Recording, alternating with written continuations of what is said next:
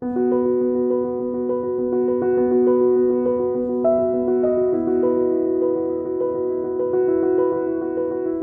name is Michelle Gordon. I'm a library technician at North Carolina Central School of Law Library. I've been here at North Carolina Central for about 15 years now. I've always kind of tinkered around with watches. I have a drafting technology background, and I've always been interested in watches. My father had watches when I was a kid, and I've always been fascinated with watches and anything that's mechanically inclined. So I would buy these watches, and I always wanted to know how they worked. So I would wind up taking them apart and putting them back together.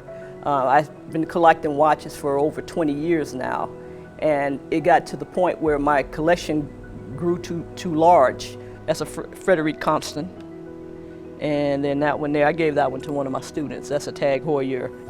Part of what she does is, she's done this for a number of years now, is that she gifts watches. Since I interact with so many students every day, sometimes it's kind of hard to decide what students to give watches to.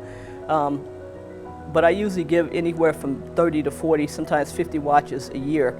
I started getting watches anonymously from different companies. They would send me watches. When I'm kind of running low on watches, I've also subscribed to a watch company called Watch Gang, and they've been pretty good about giving me good watches to give to students.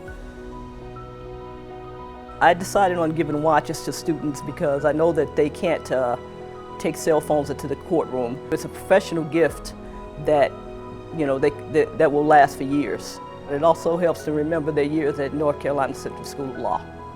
It's interesting because after I talk to so many students years after they graduate, they always remind me of the watch that they got, and then they usually started collecting watches themselves.